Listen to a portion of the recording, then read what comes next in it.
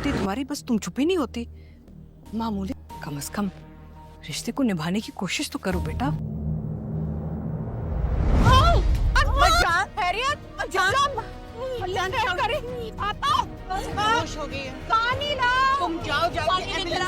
मरजान को एक ही खुशी मिलने वाली थी, वो भी छिन गई। शौहर तो छिन ही गया, शौहर ने दूसरी शादी कर ली और खुशी भी छिन गई।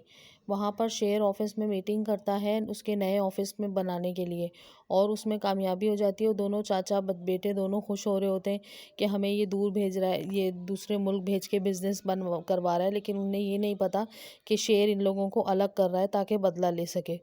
वहाँ पर छोटी वाली बहन फ़ोन करती रहती है इन तीनों को और शेर को, लेकिन वो लोग फ़ोन नहीं उठाते। उनको इमरजेंसी का बताना होता है कि मरजान के साथ इमरजेंसी हो गई है। वहाँ छोटी माँ हॉस्पिटल में होती है और उनको पता चलता है कि उसका होने वाला बीबी एक्सपायर हो गया है।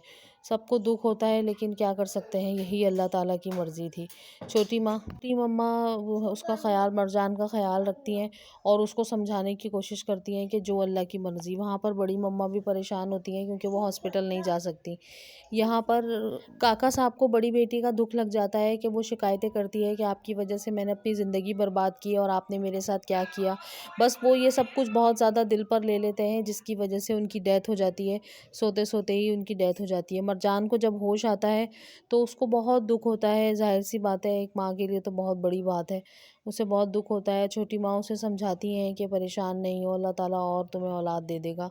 मगर ज़ाहिर सी बात है, ये दुख इतना बड़ा है कि इतनी आसानी से तो भरने वाला नहीं है। उसका शौहर उसके साथ ही होता है, लेकिन वो कहती है कि ये रात भर मेरे साथ नहीं था और वाकई में वो हॉस्पिटल में नहीं था और इसको मेरी कदर नहीं है, क्योंकि अब वो दोनों मियाँ बीवी में तो बस बिल्कुल भी बनती नहीं है और उसको फ़ोन आता है और वो वैसे भी चला जाता है।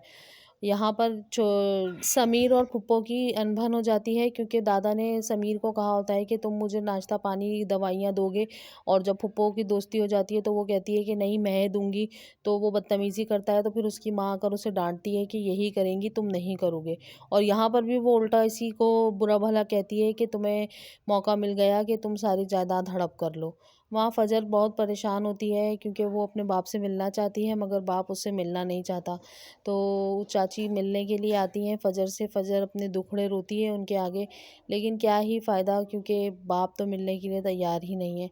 लेकिन क्या पता आगे आने वाली किस्तों में ये माफ़ कर दे और फजर अपने घर वापस चली जाए और फिर शेर से भी फजर की शादी हो जाए।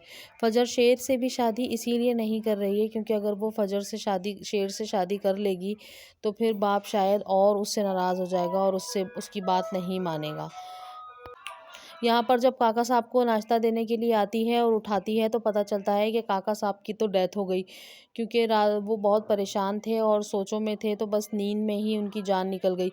वो शोर मचा मचा कर छोटे वाले भाई को बुलाती है, और जब छोटा वाला भाई चेक करता है तो पता चलता है कि ये तो काका साहब की डेथ हो चुकी है।